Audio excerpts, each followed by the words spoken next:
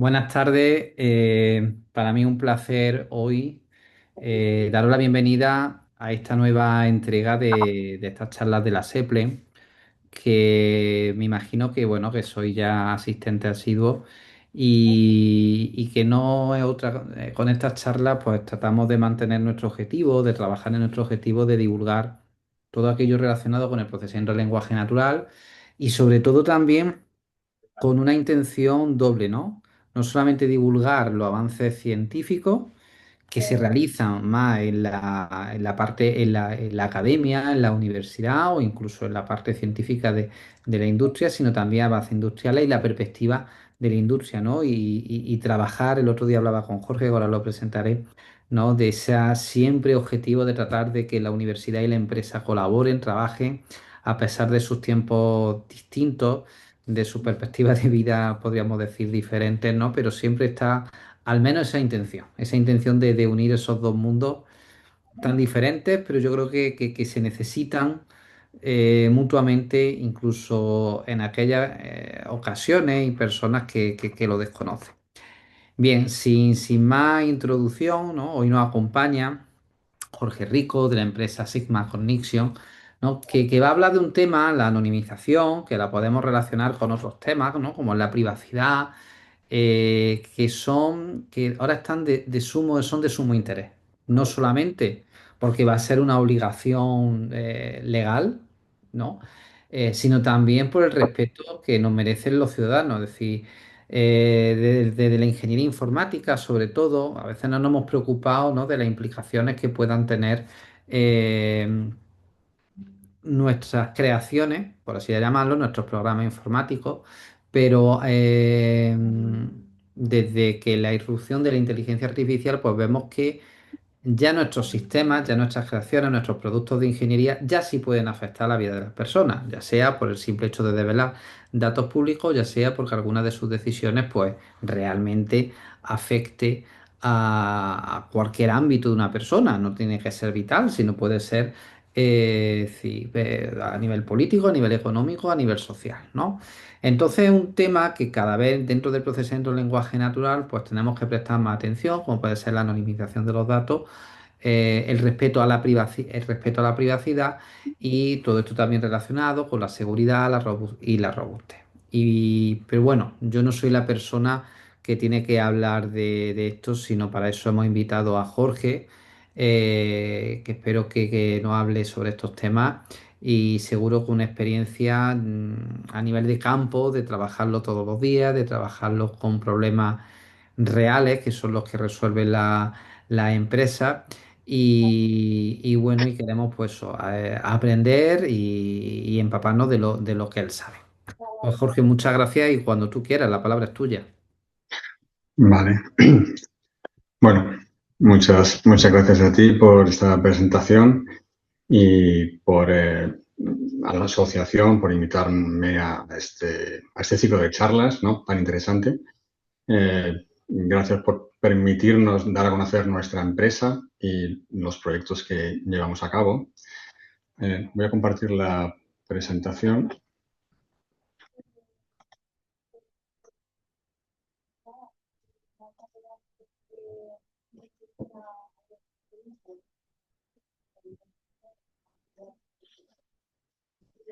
Vale, ¿se ve?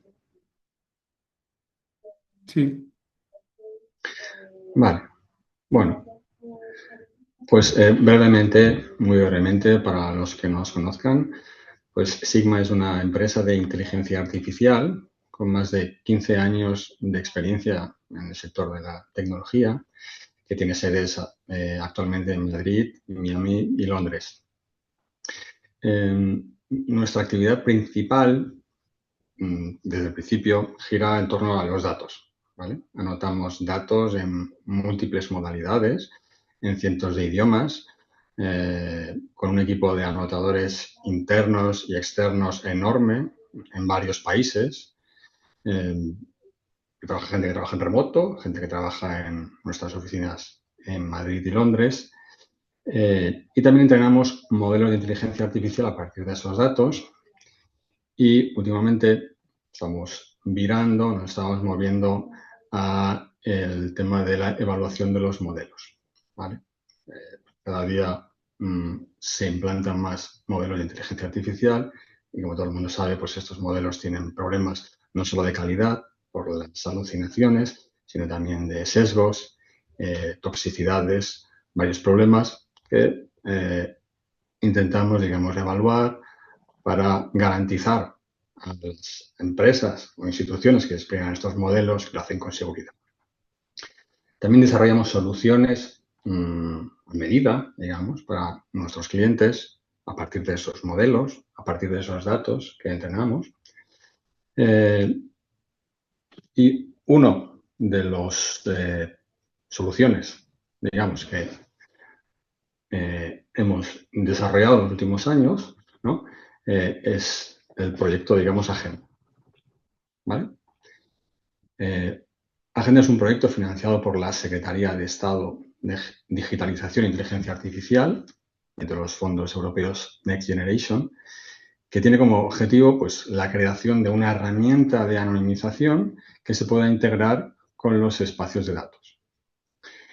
La herramienta que hemos estado desarrollando tiene las características que podéis ver ahí y que pensamos que la hacen distintas de otras soluciones que nos hemos encontrado actualmente en el mercado. Vemos que es una solución de anonimización multimodal. Esto quiere decir que es capaz de anonimizar mediante distintas estrategias, tanto vídeo como imagen, texto y audio en cualquier formato, en los formatos habituales. Y esto es posible ya que en Sigma Cognition contamos con un equipo de ingenieros y lingüistas especializados en las distintas áreas de la inteligencia artificial. No solo estamos especializados en un área en concreto, sino que tratamos también desde los principios temas de procesamiento del lenguaje natural, por supuesto, pero también temas de tecnología del habla. De hecho, la compañía comenzó desarrollando modelos de reconocimiento del habla y también temas de visión artificial, aunque esto no lo mencionaré tanto, me centraré más en la parte de texto y habla. La herramienta que queremos desarrollar, que estamos desarrollando, que tendremos desarrollada antes del verano, de momento es multilingüe, pero de momento hemos limitado el alcance a los idiomas cooficiales de España y a 4 idiomas europeos de entre los más hablados, son inglés, francés, italiano y portugués. Los corpus de entrenamiento y evaluación de los distintos modelos de agenda los hemos preparado en estos 8 idiomas y con ellos podemos evaluar las distintas capacidades de anonimización de agenda en estos idiomas. Hemos compilado un corpus de evaluación exclusivamente a partir de vídeos de YouTube que hemos transcrito, diarizado y detectado entidades. Hemos intentado seleccionar un conjunto de vídeos que tuvieran datos personales. Esto hay mucho en YouTube, gente hablando de su vida personal, ¿no? De sus viajes, de sus experiencias. Y este, digamos, que es la base, ¿no?, con la que podemos evaluar nuestro sistema, ¿vale? Esta herramienta no solo utiliza medios o métodos de anonimización clásico, como serían el borrado, la generalización o la aleatorización, sino que también hace uso de inteligencia artificial generativa para generar seudónimos de forma artificial, pero también para clonar las voces, por ejemplo, para sustituir rostros por otros, demostrando así que la inteligencia artificial puede servir también, digamos, para proteger nuestra identidad, no solo para clonar nuestra identidad. Por último, y muy alineado con la convocatoria en la que se inscribe este proyecto, esa solución está integrada con espacios de datos. Bueno, supongo que todos conocéis esta tecnología. Indicar simplemente que se trata de una arquitectura diseñada para la compartición de datos entre empresas e instituciones. Está muy orientada a la gobernanza del dato. Cada actor, cada participante en el espacio de datos decide qué datos se comparten, cómo se comparten, para para quién se comparten y para qué se comparten, y los datos no salen nunca realmente de su entorno. La anonimización de datos juega un papel muy importante en este entorno, ya que de alguna manera proporciona la confianza necesaria para permitir a los actores compartir estos datos de forma segura y respetuosa con la normativa, digamos, con la regulación general de protección de datos.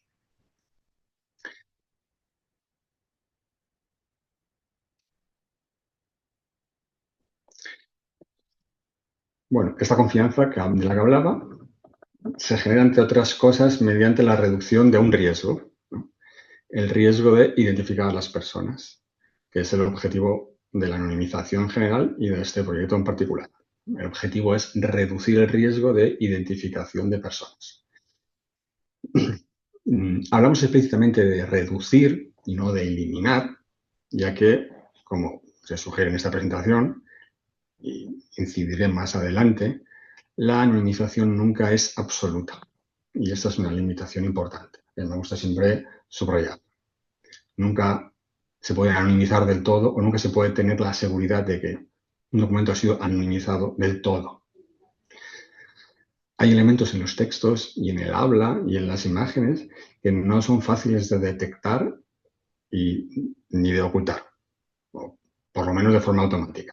Son características raras, por ejemplo, de una persona o de una imagen o de un texto que hacen que nos permitan decir que ese documento pertenece a esa persona o ha sido generado por esa persona o la persona que está ahí anonimizada es esta otra por una serie de características.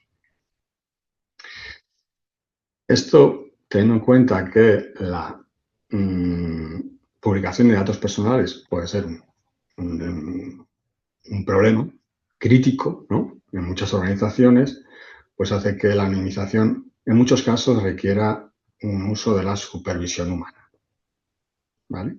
No a lo mejor en todos los casos de uso, pero sí en algunos casos de uso. Sobre todo en los casos de uso donde los documentos son puestos públicamente. A lo mejor en los casos de uso en los que los documentos son anonimizados internamente para tener más seguridad, se puede ir un poco más allá en la automatización pura.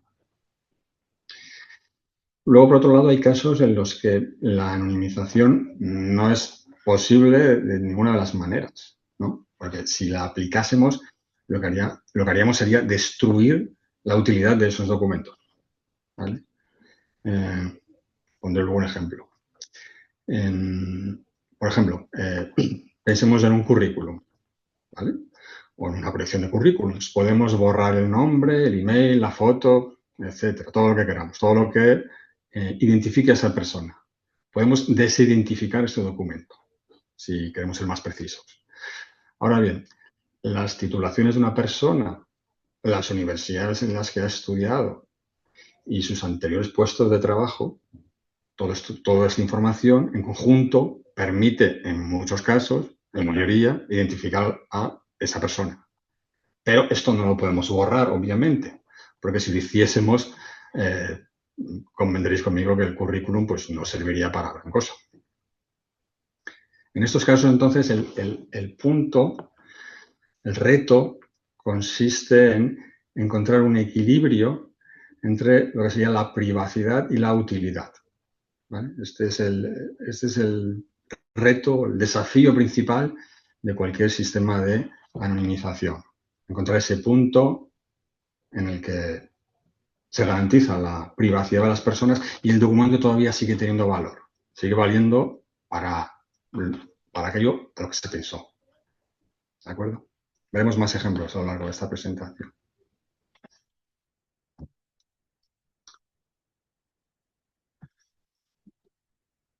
Bueno, esta charla en principio va sobre documentos no estructurados, pero hablaré algo de los estructurados, ¿no? Por datos estructurados entendemos los datos que están en las bases de datos, las hojas de cálculo de Excel, otros formatos muy utilizados como CSV, JSON, el XML, ¿vale? En este tipo de documentos que conocemos todos, pues es relativamente sencillo aplicar técnicas de anonimización porque los datos ocupan siempre posiciones predecibles dentro de un documento. Hay una columna que contiene los nombres, otra que contiene las direcciones, otra que contiene las edades, y anonimizarlo es simplemente pues, aplicar una serie de reglas sobre estas columnas, por simplificar mucho la cosa. Algunas de estas estrategias, por ejemplo, que tenemos ahí son el intercambio o aleatorización de datos entre distintas apariciones del mismo valor. ¿Vale? Tenemos una serie de celdas, pues podemos aleatorizarlas, ¿no? Para que no coincida las distintas información de las distintas columnas. Podemos generalizar o sustituir datos muy concretos con otros más genéricos o con, por ejemplo, con rangos de edades, en el caso de las edades, o con la provincia al lugar de la población, ese tipo de cosas. Podemos sustituir también todo el dato privado por una etiqueta, ¿no? Una etiqueta que indique el tipo de dato que era, o una serie de asteriscos, o una clave criptográfica que luego podemos utilizar para recuperar la información que se había anonimizado, o un seudónimo elegido de una lista o generado mediante modelos de lenguaje, que también comentaré más adelante. Los datos no estructurados son, por el contrario, pues el texto libre, pero también son las grabaciones de voz, las imágenes, los vídeos. En este tipo de documentos, como es lógico, no es posible predecir la posición en la que aparecerán los datos personales, sino que hay que detectarlos previamente mediante técnicas de reconocimiento. El reconocimiento de entidades, ¿no? Como por ejemplo el nombre, la dirección, la edad, el reconocimiento de objetos, ¿no? Como el rostro, un letrero, una matrícula. Todos estos objetos pues, permiten identificar a las personas. Las pantallas, que también comentaré más adelante, o prospectos acústicos como la voz, ¿no? Que también es un dato personal. Bueno, una vez detectada la información personal, podemos aplicar más o menos luego las mismas técnicas de anonimización que se describen para los documentos estructurados, ¿no?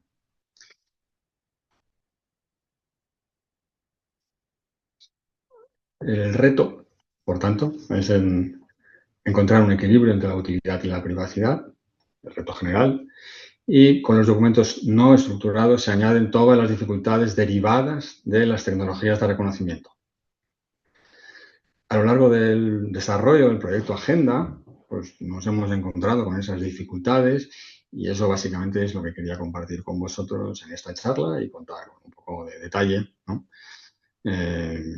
Por si os interesa o por si esto puede abrir vías de colaboración con nuestra empresa. Los he sintetizado, entre comillas, en 10 tópicos que pueden interpretarse simultáneamente como avances o como desafíos, ¿no? Ahí tenéis los 10 casos de los que vamos a hablar un poco en detalle.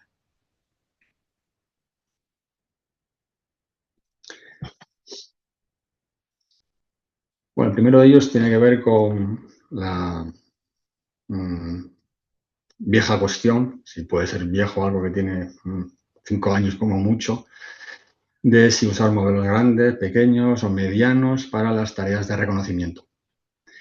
Como todo el mundo sabe, los grandes modelos de lenguaje son excelentes en tareas que requieren generación de texto, como por ejemplo las respuestas a preguntas, el resumen automático, la conversión del lenguaje natural al código.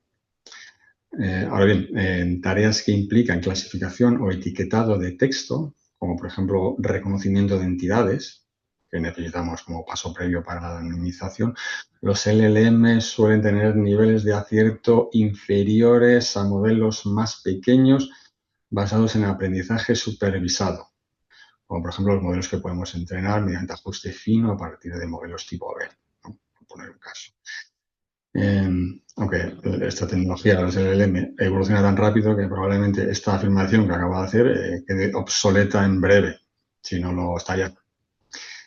Bueno, en cualquier caso, uno de los principales problemas de utilizar los LLM para detectar entidades son las alucinaciones, que como sabemos son intrínsecas a estos modelos.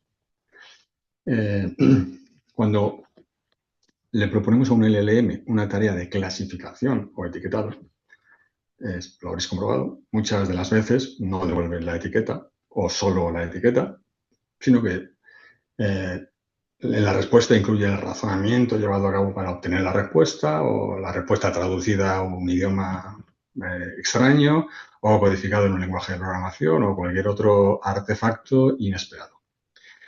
Hay, por tanto, que procesar la salida del LLM para eliminar estos errores y, sobre todo, también para extraer o corregir la posición de las entidades, ya que estos modelos no son especialmente buenos contando palabras o calculando posiciones dentro de un texto. Ya sabéis, ya habéis podido. Ahora bien, no obstante, pese a esas limitaciones, pues hay investigaciones que muestran que en determinados dominios, como por ejemplo el médico, los modelos de NER basados en LLM pueden tener niveles similares o incluso superiores a los basados en modelos tipo BERT. Sobre todo cuando se utilizan estrategias tipo few-shot o cadenas de pensamiento o incluso el enfoque agéntico también puede contribuir al postprocesamiento de la salida de los LLM con librerías recientes como Pydantic AI. Vamos, que podemos utilizarlo de alguna manera, ¿no? Nosotros lo hemos intentado incorporar, digamos, en nuestra solución de anonimización. Hemos hecho algunas pruebas. En general, cuando las comparaciones que existen, muchas de ellas están basadas solo en las 4 etiquetas clásicas de NER, ¿no? De persona, organización, localización y miscelánea. Cuando vamos a digamos, una ontología mayor, ¿no? Pues suele haber más problemas, porque suele haber más posibilidades de error. Por otro lado, también, esto es en general para los modelos de lenguaje, sabemos que pues, con idiomas minoritarios o peor entrenados, pues la competencia de los LLM en esta tarea va a ser significativamente más baja. En Agenda, en el proyecto Agenda, hemos evaluado distintos modelos de lenguaje LLM multilingües de código abierto porque encajaba más con la filosofía del proyecto de probar, digamos, con modelos que podamos desplegar en nuestra propia infraestructura, para que los datos no salgan fuera, ya que estamos hablando de datos personales. Modelos, por ejemplo, como Qwen o como DeepSeek, he compararlos con los modelos tipo BERT, entrenados con datos propios, ¿no? Bueno, en general, la comparación, los modelos pequeños, los modelos basados en ajuste fino, pues superan en casi 20 puntos a los modelos LLM. Así que, de momento, vamos a seguir utilizando esta tecnología por defecto, también por un criterio de eficiencia y sostenibilidad.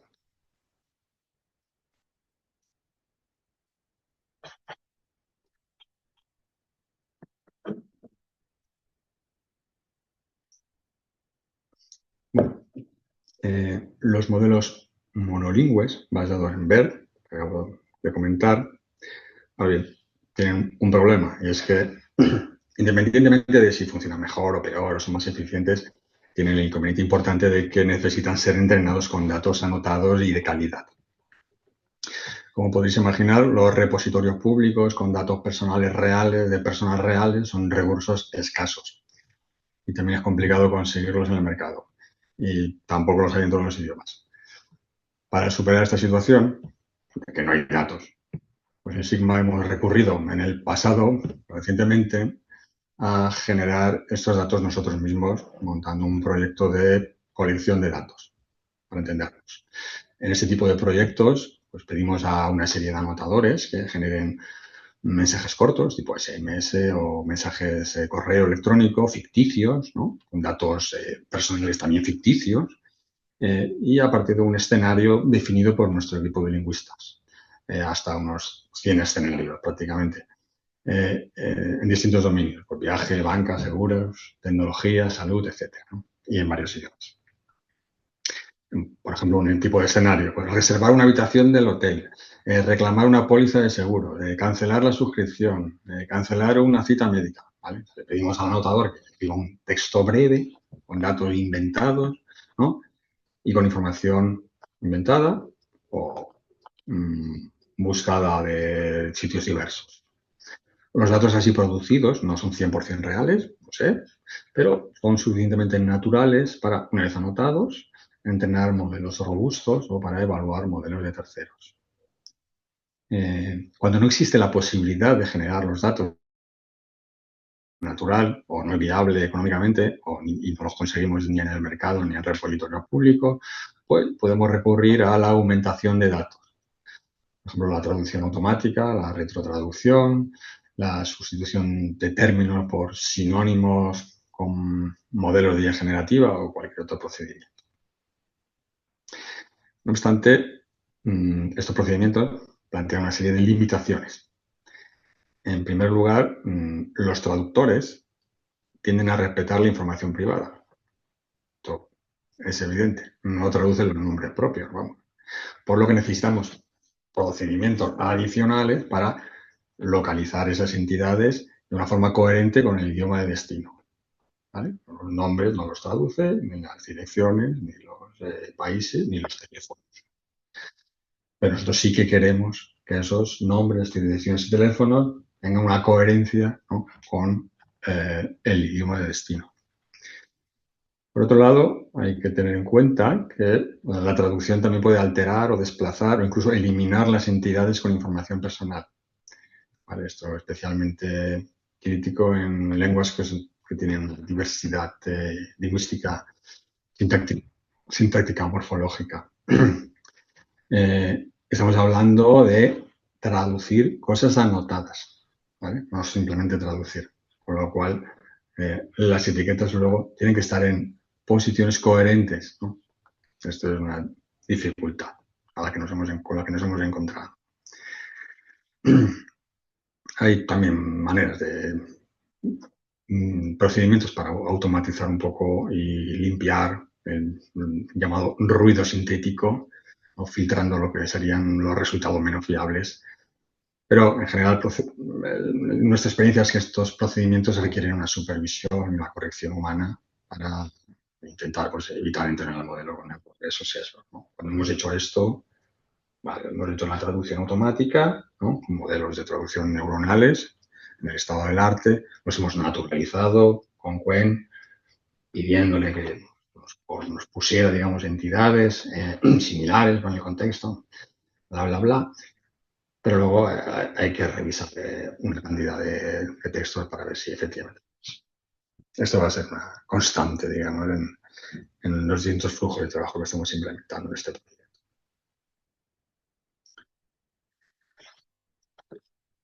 Un problema menor, pero tampoco diseñable, asociado al uso de modelos monolingües entrenados, es que exige que introduzcamos en el flujo de procesamiento algún detector de idioma para seleccionar el modelo que tiene que detectar las entidades. Por suerte tenemos desde hace tiempo detectores de idiomas como LangKid o FastText, que tienen niveles de acierto por encima del 90% en distintos corpus de referencia y utilizando apenas 50 caracteres. Y en un mundo ideal en el que los documentos de texto o audio estuviesen en un único idioma, estos sistemas en principio serían suficientes para garantizar que el idioma del texto ha sido identificado correctamente. Ahora bien, la realidad es bien distinta. En nuestro país, sin ir más lejos, es habitual encontrar más de un idioma en un mismo documento, en una misma conversación telefónica o en un mismo vídeo.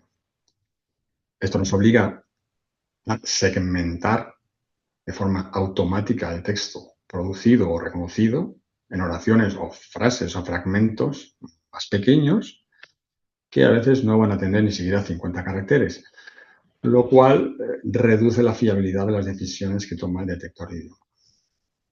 En el caso del audio, la presencia de más de un idioma complica enormemente la tarea de los reconocedores de habla tipo Whisper, que funciona mucho mejor cuando le especificamos el idioma de entrada. Pueden darse circunstancias también en las que uno de los idiomas no es reconocido en absoluto, que nos ha pasado, porque se trata de dialectos desconocidos por nosotros, ¿no? O se reconoce erróneamente. Y puede que justo ese idioma sea el que se están dando datos personales que luego son ignorados por el modelo de reconocimiento de identidades y por lo tanto no son. Por eso, una vez más, insisto en supervisión humana. Con el tema del OCR pasa algo parecido, ¿no? En documentos escaneados de PDF, por ejemplo, se dan situaciones en las que una frase contiene información personal, pero está fragmentada en distintas líneas o en distintas páginas o separadas por un pie de página incluso, lo que complica mucho su detección como entidad. En las imágenes y en los vídeos también podemos encontrar textos difíciles de detectar, principalmente por manipulación, reflejos, porque están parcialmente ocluidos, solo se ve un trozo de la palabra, pero el resto se entiende. En las pantallas de los ordenadores y los móviles suele haber muchísima información personal, difícil de detectar y de anonimizar. Información que escapa a los sistemas de anonimización, y la solución más práctica en estos casos es anonimizar por defecto toda la pantalla por si acaso aparecen datos personales. Los textos manuscritos requieren una consideración y tratamiento especial, pues en ellos la probabilidad de encontrar datos personales es aún más alta si cabe. Pensemos por un momento en la cantidad de formularios que, pese a la digitalización de la administración, seguimos rellenando a mano, ¿no? En realidad, el bolígrafo ya casi solo lo usamos para firmar y para escribir el nombre, la fecha de nacimiento, teléfono, dirección, nuestro o de otras personas. Teniendo en cuenta esto, y aunque teóricamente los modelos basados en redes convolucionales consiguen niveles de acierto en texto manuscrito altos, por encima del 90%, hay cosas como emborronamientos, superposiciones, caligrafías ilegibles, letras manuscritas en alfabetos distintos del latino, que hacen que los modelos de reconocimiento fallen, impiden la detección y, por lo tanto, muestran la información personal, ¿no? Lo que nos lleva una vez más a la necesidad de una supervisión humana en casos críticos para reducir el riesgo de mostrar datos que permitan identificar a las personas.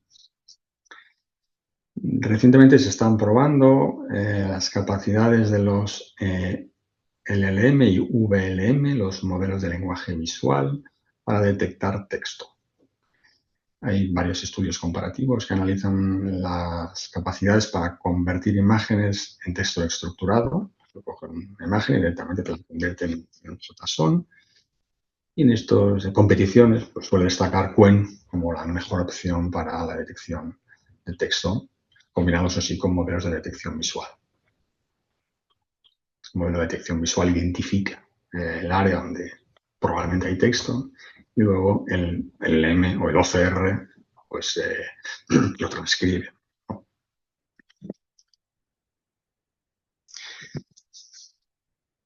Vale. La anonimización de texto, de la que estamos hablando aquí, está mayoritariamente focalizada en la detección y ocultación de entidades que contienen información personal, ¿no? Los PII en inglés. Hay varios estudios, y también lo hemos comprobado nosotros, que estas medidas son insuficientes para anonimizar un texto, ya que aunque borremos los nombres, las direcciones, los teléfonos, hay como rasgos lingüísticos que son capaces de desvelar al autor. O dicho de otro modo, por la manera en la que escribimos, pues pueden identificar quiénes somos los modelos. Con métodos basados en algoritmos sencillos de aprendizaje supervisado, el KNN o el SVM, por ejemplo, podemos, solo a partir de la ortografía, la sintaxis, identificar a los autores con un nivel de acierto aceptable. Entonces, la idea es, mediante ofuscación, ¿no? Ofuscando la sintaxis, la ortografía, podríamos llegar a modificar de forma controlada el estilo y así dificultar la atribución automática sin comprometer la legibilidad del texto. ¿Vale? Para ello pues, aplicamos transformaciones en los niveles ortográficos, sintácticos y semánticos, modificamos aspectos como la puntuación, la mayúscula, algunos patrones léxicos, las muletillas, y esto hace que los sistemas de atribución de texto funcionen peor y por lo tanto el texto esté más anonimizado. ¿Vale?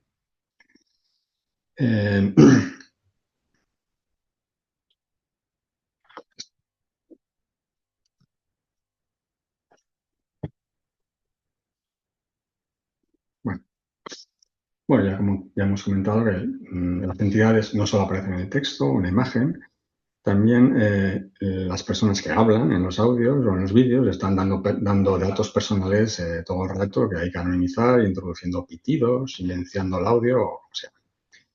Ahora bien, el reconocimiento y anonimización de esa información depende no solo de la calidad de los modelos de detección, sino también de los modelos de transcripción automática del habla que se utilicen, ya que la detección de entidades se lleva a cabo normalmente a partir del texto transcrito, no del con el audio, pero normalmente se hace a través del texto transcrito. La calidad de la transcripción, por lo tanto, es crucial. Por ejemplo, si transcribimos incorrectamente un nombre propio, porque es un nombre muy raro, o un nombre en extranjero, o incluso está mal pronunciado, pues los modelos de detección de entidades pueden ignorarlo, clasificarlo mal, y esto obviamente pues, puede plantear un problema de privacidad. Las transcripciones, además, la mayoría suelen carecer de puntuación o mayúsculas, que al fin y al cabo son aspectos formales que contribuyen al reconocimiento de entidades. No obstante, las mayores dificultades para reconocer entidades en una transcripción de audio tienen que ver no tanto con esto, sino con las características propias de la lengua oral y especialmente del estilo conversacional. Y como todos sabemos, la mayoría de los modelos han sido entrenados mayoritariamente con textos escritos en un lenguaje formal, un registro formal, científico, por ejemplo, la Wikipedia, y fallan más cuando se encuentran con este otro registro más oral, más conversacional. Los solapamientos, las interrupciones normales en cualquier conversación, pues dificultan muchas veces que se transcriba adecuadamente y se detecten las entidades. Pensemos por un momento en la manera en que un cliente comunica un DNI a un vendedor, ¿no? Esto lo hemos visto nosotros, nos ha pasado. Podemos suponer que van a aparecer 8 números seguidos de una letra, pero esto no sucede normalmente en la realidad. Lo habitual es que en una conversación así nos encontremos con un bloque de conversación de 20 turnos donde hay repeticiones, solapamiento, interrupciones de todo tipo. O peor aún todavía si es una comunicación de un email donde se deletrean las palabras, para cada letra se da una ciudad distinta que luego se interpreta como una entidad de localización. Entonces, esta digamos que también es otra de las limitaciones importantes.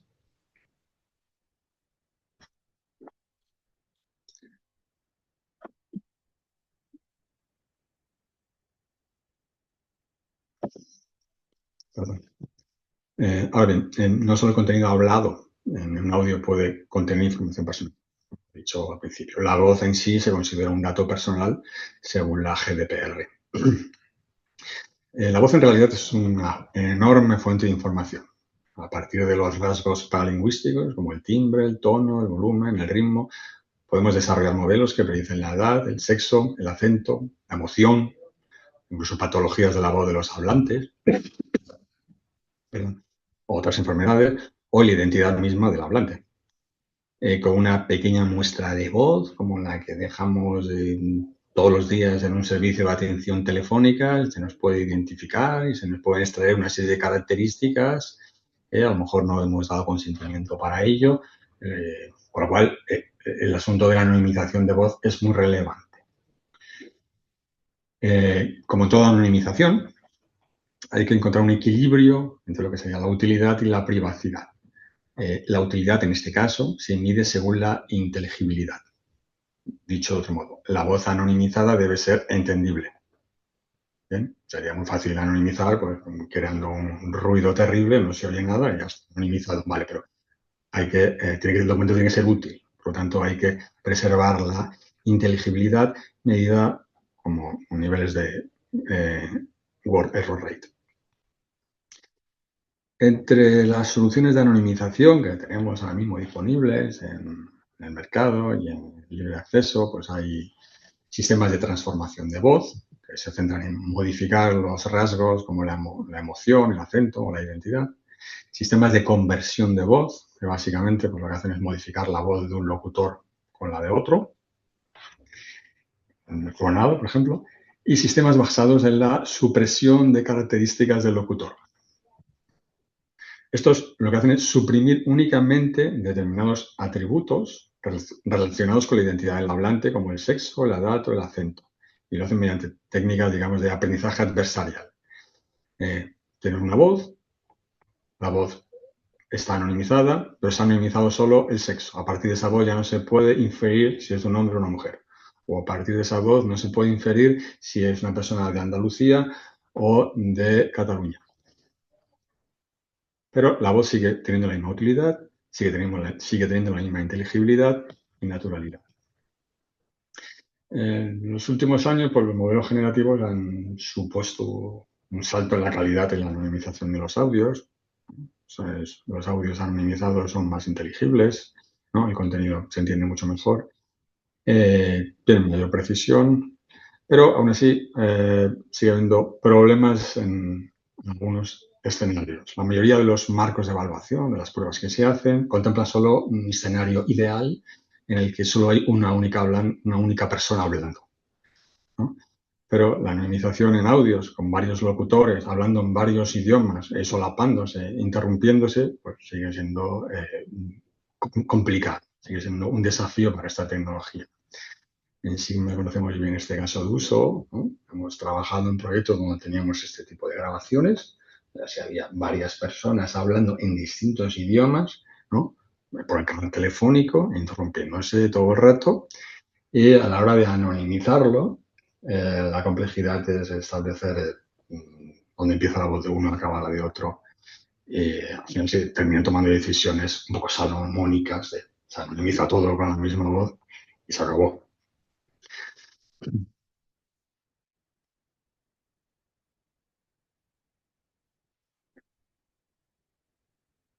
Bueno, a pesar de lo que acabo de comentar, ¿no? De los avances en la anonimización de la voz, pues bueno, las soluciones no son siempre lo suficientemente robustas para ocultar la identidad de los hablantes, ¿vale? En la práctica pues, suele quedar siempre algún riesgo residual de reidentificación, ¿vale? Para comprobarlo, en Sigma hemos llevado a cabo dentro de este proyecto un pequeño experimento de autorreconocimiento. Lo que queríamos comprobar era hasta qué punto la voz anonimizada, mediante distinto tipo de tecnologías, es reconocible por su propio dueño, ¿vale? La idea es que si yo ni siquiera soy capaz de reconocerme a mí mismo, entonces es que la anonimización ha funcionado bien. Creamos 3 modelos de anonimización de voz. En el primero modificamos simplemente la frecuencia, fundamental. En el segundo desplazamos los formantes, o para arriba, para abajo, para la derecha. Y en el tercero hacemos un clonado de la voz con un locutor desconocido. Para compilar el corpus se procuró que todos los locutores dijeran las mismas frases. Procuramos diseñar frases que cubrieran distintas modalidades oracionales, ¿no? Enunciativas, interrogativas, pero también otras que tienen un patrón melódico menos normalizado, ¿no? O menos estándar, como saludar, insultar, dar las gracias, amenazar, quejarse. Estas cosas, pues, si bien todo el mundo más o menos hace las preguntas o hace las enunciativas de la misma forma, pues cada uno tiene su manera de amenazar, quejarse, insultar, etc. En el experimento de percepción que se preparó, pues cada hablante tenía que adivinar su voz entre 5 posibilidades. Bueno, es sencillo. Los resultados mostraron que los sistemas de anonimización más sencillos los que están basados en modificación de formantes y de frecuencia fundamental, pues apenas impiden el autorreconocimiento. Dicho de otro modo, la gente se reconoce a sí misma cuando le mueven un poco la frecuencia fundamental o los formantes con un acierto cercano al 95%. ¿Vale? No obstante, con la voz clonada, el autorreconocimiento sí que desciende drásticamente 30 puntos en global, situándose en torno al 60%, lo cual quiere decir, obviamente, porque el método de ofuscación es mucho más eficaz, ¿no? Que la gente, una vez anonimizado mediante clonación, pues no se reconoce, aún así sigue habiendo un riesgo de reconocimiento. Porque el descenso no era igual para todas las modalidades analizadas, ¿no? Y esta es otra conclusión interesante que sacamos de este experimento. En aquellas modalidades oracionales o actos de habla, si queréis, menos normalizados, como el insulto, el halago, la amenaza, el autorreconocimiento es mayor, ¿vale? Probablemente porque la clonación no elimina del todo patrones rítmicos que son más prevalentes en este tipo de enunciados. Con patrones rítmicos me refiero pues a eso, a las pausas, cómo organizo temporalmente el enunciado. Esto en algunas modalidades es muy característico de las personas.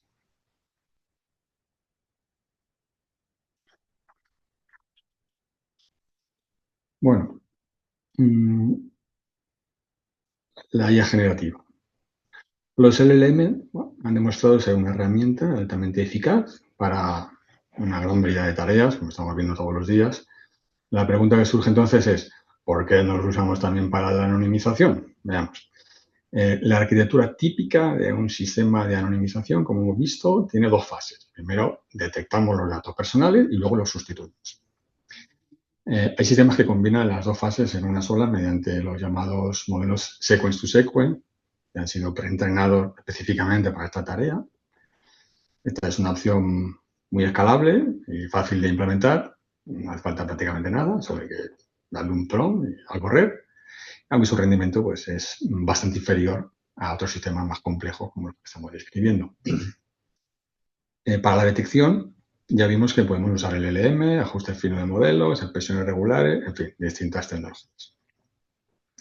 Para la sustitución, pues podemos también emplear distintas estrategias más o menos determinísticas y también, por supuesto, basadas en modelos de lenguaje. Básicamente, los modelos de lenguaje pueden generar candidatos de sustitución y reemplazarlos. Para la generación de candidatos, podemos pedirle que se ajuste a un determinado contexto lingüístico o cultural, ¿no? Dame nombres, pero que sean típicos de España, o dame una dirección que sea de Madrid, dame otra dirección que sea de Madrid, o dame otra dirección que sea de Barcelona. Porque lo que queremos es un poco preservar la utilidad del documento, ¿no? Luego, una vez que tenemos el reemplazo puede ser directo, lo podemos meter tal cual.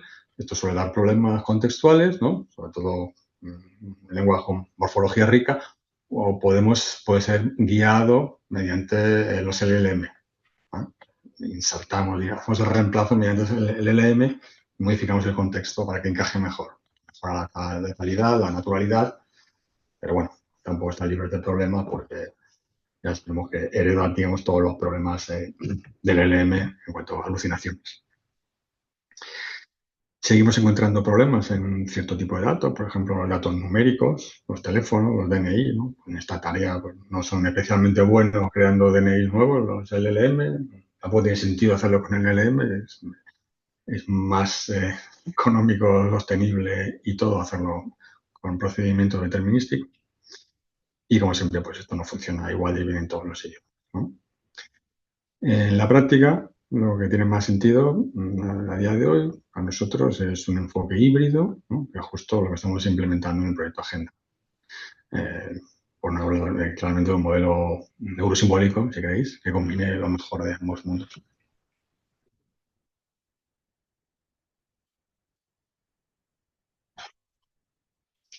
Bueno, por último, mencionaré simplemente un desafío relacionado con un caso de uso bastante particular que tiene que ver con el doblaje de vídeos, ¿no?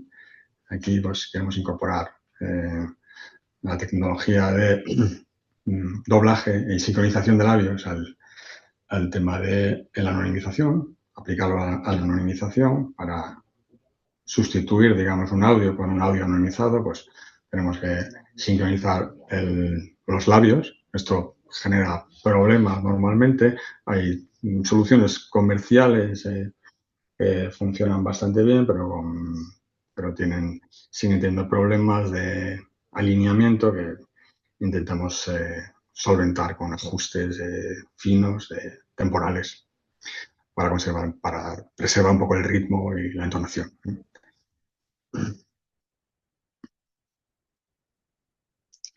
Bueno, esto ha sido todo. Como conclusiones, pues simplemente un poco recapitular un poco lo que he dicho. La anonimización multimodal, ¿no? Cada vez va a ser más necesaria, ¿no? En un mundo donde cada vez hay más datos, donde hay una explosión de datos, donde cada vez tenemos más cosas más sensores, ¿no? La economía basada en datos que promueven varios gobiernos europeos, entre ellos el español, ¿no?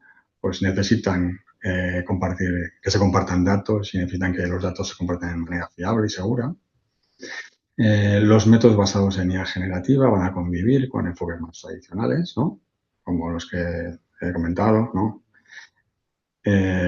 Por otro lado, los datos de calidad siguen siendo escasos, ¿no? Especialmente en lenguas de bajos recursos, ¿no? Y pues como consecuencia de ellos, pues los sistemas de anonimización en algunos idiomas funcionan peor y sus hablantes están menos protegidos, ¿no? La dificultad de anonimización muchas veces no depende tanto de la tecnología, sino como del tipo de entidad, del contexto, de aspectos físicos, ¿no? Que no podemos controlar, ¿no? Lo que mm, nos lleva una vez más al tema de la supervisión humana. Y bueno, y más allá de las entidades explícitas que hemos comentado, pues también hay otros elementos menos evidentes, ¿no? Como el estilo, la prosodia, que conviene tener en cuenta, ¿no? En un sistema de anonimización que sea, que sea completo, ¿no? Por último, recordar que si bien esta tecnología tiene como objetivo proteger derechos de las personas, concretamente el derecho a la privacidad, también puede ser usada de forma espuria para fines ilícitos que quieran ocultar la identidad de la persona, suplantar la identidad, generar una imagen falsa. Estos casos de uso obviamente no están recogidos en nuestro proyecto, ¿no? No obstante, resulta imprescindible tenerlos en cuenta a la hora de desarrollar tecnología desde una perspectiva ética y responsable, que bueno, es lo que nos hemos propuesto un poco en sí, Cognition. Muchas gracias y quedo a vuestra disposición para las preguntas que se puedan dar. Muchas gracias, Jorge, por la interesante charla y por vuestro trabajo en Sigma. Y bueno, dentro de la audiencia, que tiene alguna pregunta, y aprovechamos que está Jorge aquí unos minutos más.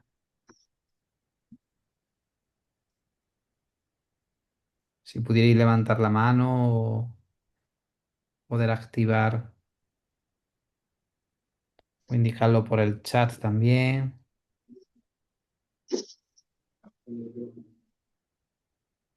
Hay una en el chat, me parece, ¿no? A ver, que no la veo. ¿Tú lo estás viendo, Alberto? Sí, en preguntas y respuestas. Si la anonimización reemplaza datos importantes del documento, sea textual, sonoro, audiovisual, ¿qué utilidad puede tener ese documento? Habrá Vale, muchas perdón. situaciones en las que anonimizar y mantener la utilidad sean incompatibles, ¿no? La pregunta es de Luis Javier Rodríguez Fuentes. ¿La tienes ya, Eugenio? Sí, sí, ya he encontrado yo dónde está esto. Vale, claro. Sí, bueno, a ver, infinidad de casos donde el documento sigue siendo útil, ¿no? Mm, porque los datos personales que están recopilando realmente no son necesarios, ¿no? Muchos de los datos no son necesarios para el fin que necesita el documento. Pondré un ejemplo fácil de entender de imagen computador, de visión artificial. Eh, que es otro de los proyectos que tenemos. Los coches autónomos pues necesitan estar rodeados de cámaras, ¿no? Y esas cámaras están recogiendo datos personales todo el rato de gente que está cruzando la calle, de gente que está parada en un semáforo, etcétera, etcétera. ¿no? Eh, Esos datos se necesitan, digamos, recoger, pero no hace falta saber la persona que es exactamente, ¿vale? En muchos documentos, documentos clínicos, por ejemplo, que se utilizan pues, para hacer un estudio, ¿no? Los datos del paciente no son necesarios en absoluto, ¿no? Para establecer, digamos, hipótesis o hacer análisis predictivos, digamos. Hay infinidad de casos donde la anonimización no destruye información importante para el caso de uso.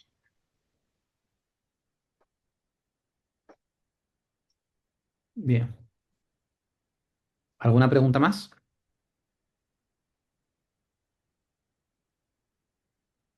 Sigue Luis. Dice, ¿hay anonimización reversible y anonimización irreversible? Y si es reversible, un tercero podría desanonimizar. Sí, la anonimización irreversible, por ejemplo, borramos y ya no queda rastro. Eh, la anonimización o se etiqueta, ¿no? Con una etiqueta, una etiqueta, por ejemplo, nombre, es un nombre, es una edad. Eso es la anonimización irreversible. La anonimización reversible, le damos un código alfanumérico, código de 16 números o letras, ¿no? Ese código luego se puede guardar en una base de datos, un registro, y se puede, digamos, recuperar. Esto a veces se llama pseudonimización.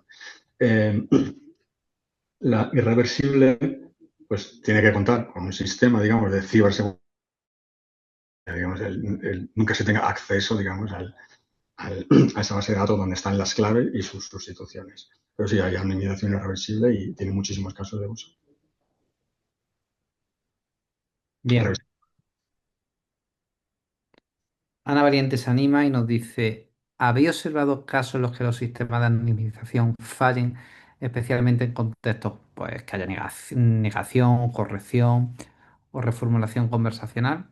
Y bueno, es una pregunta, y si en tu experiencia para tareas complejas del lenguaje conversacional, ¿qué suele funcionar mejor? ¿Corpus grandes con notación general o corpus más pequeños pero con notación lingüística fina y supervisión humana?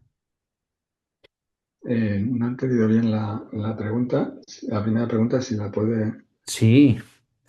Em, la anonimización falla cuando hay negación. No nos hemos encontrado con ese caso en concreto.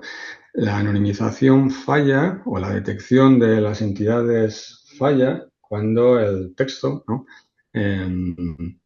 Tiene unas características muy distintas del lenguaje escrito con el que han sido entrenados todos los modelos de lenguaje y todos los modelos de detección de entidades. Cuando tenemos un texto que eh, reproduce características orales, ¿no? Suele fallar mucho más, ¿no? Esto a lo mejor responde a su pregunta. Ana. Bueno, y la segunda, si en tareas de lenguaje conversacional, pues es mejor utilizar corpus grandes con una notación Sí, generalista o ya sí. corpus más específicos con una notación fina. Nosotros utilizamos una anotación de 12 entidades, ¿no? En el sistema por defecto podemos anotar más, se pueden anotar hasta 30 entidades.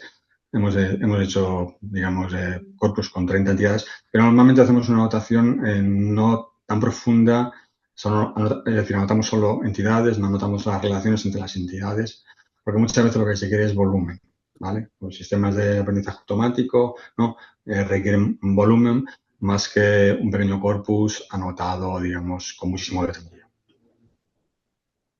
Vale.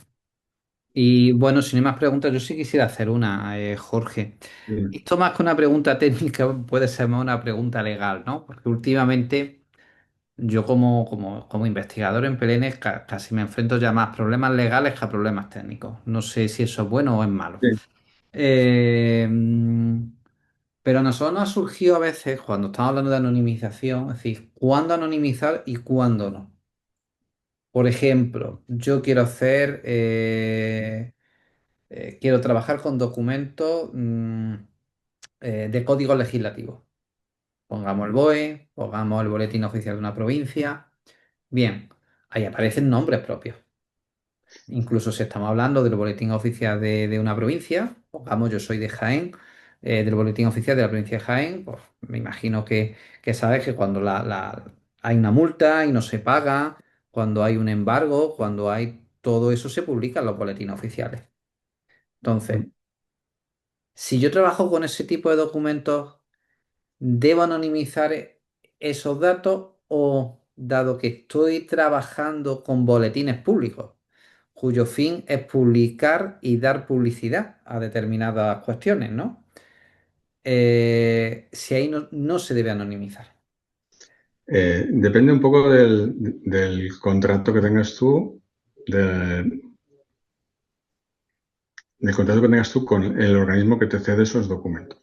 Si tú eres, o sea, hay un rol dentro de la GDPR que es el de tratamiento de datos, ¿no? Si tú tienes un ¿Eh? encargo de tratamiento de datos, tú puedes usar esos datos sin anonimizar, obviamente, y tratarlo. Simplemente te tienes que cerciorar de que los almacenas en un sitio seguro, que no es público, que los borras después de haberlos utilizado, etcétera, etcétera, una serie de condiciones, ¿no?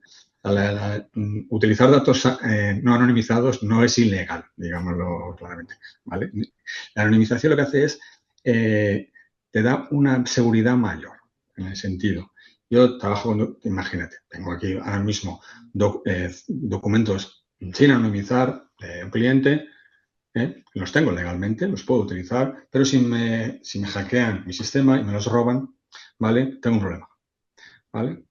Entonces, para complementar la protección que me ofrece la seguridad informática, ¿no? Yo puedo tener eso anonimizado. De manera que si me hackean y me sacan los documentos personales, no va a haber ningún problema porque estaban anonimizados y no va a haber denuncias de particulares ni de la Agencia Española de Protección de Datos. Pues eso está Vale. claro. ¿Alguna pregunta más?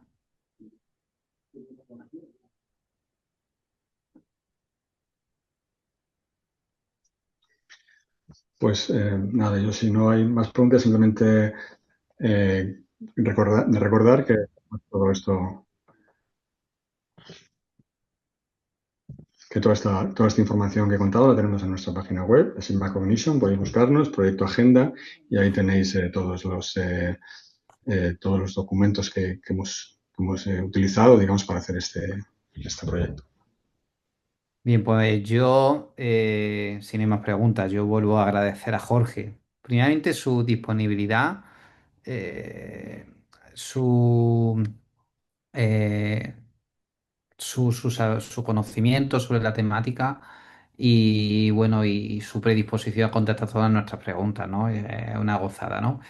Y bueno, y pues gracias Jorge por haber estado aquí con nosotros. Y bueno, aprovechamos porque ya digo, es decir, la intención de la SEPLEN, de la Sociedad Española de Procesamiento del Lenguaje Natural, seguir con nuestro objetivo de divulgación.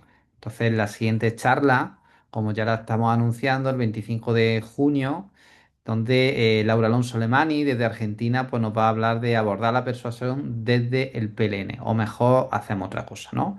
Laura es una investigadora, ha colaborado con la SEPLEN varias veces, lleva muchos años trabajando en PLN y estoy seguro que hará una charla fabulosa. Pues si no hay más, yo creo que podemos cerrar la sesión.